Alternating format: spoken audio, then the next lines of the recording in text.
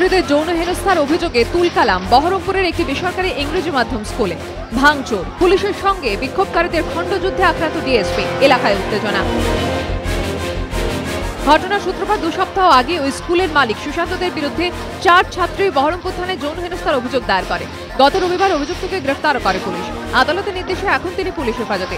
অভিযোগ, বুধবার সকালে সেই ঘটনায় বদলা নিতে স্কুলে চড়াও হয় অভিযুক্ত স্কুল মালিকের স্ত্রী মিঠুদে ও তার ছেলে।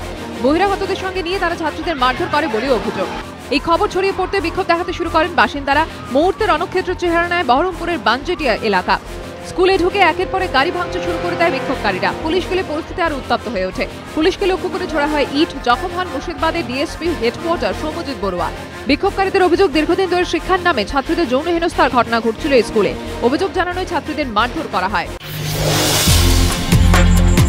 সারদা সহ বিভিন্ন বেআইনি অর্থলগ্নি সংস্থায় আর্থিকভাবে ক্ষতিগ্রস্তদের টাকা ফেরানোর দাবিতে প্রতীকী অনশনে চিটফান্ড সাফারার্স ইউনিটি ফোরাম রানীর আশমিনী অ্যাভিনিউয়ে সকাল 11টা থেকে প্রতীকী অনশনে বসেছে তারা। অবিলম্বে অভিযুক্ত রাঘব বোয়ালদের গ্রেফতারের দাবিও তুলেছে ফোরাম।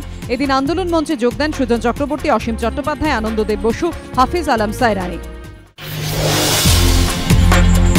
ফের আবাসিক পালানোর ঘটনা ঘটল হাওড়ার লিডুয়ার সরকারি হোমে। কয়েক ঘন্টার মধ্যেই পলাতকদের উদ্ধার করল বেলুড় থানার পুলিশ। হোম কর্তৃপক্ষ পুলিশ সূত্রে খবর, আজ সকালে হোমের পাঁচিল উঁচু করার কাজ চলছিল। অভিযোগ, সেই সময় মিস্ত্রিদের মারধর করে 12 জন বিচারাধীন বাংলাদেশি মহিলা পাঁচিল টপকে হোম থেকে পালায়। পুলিশ জানিয়েছে, হোম সংলগ্ন বিভিন্ন জায়গায় তল্লাশি চালিয়ে তাদের প্রত্যেককেই উদ্ধার করা হয়েছে।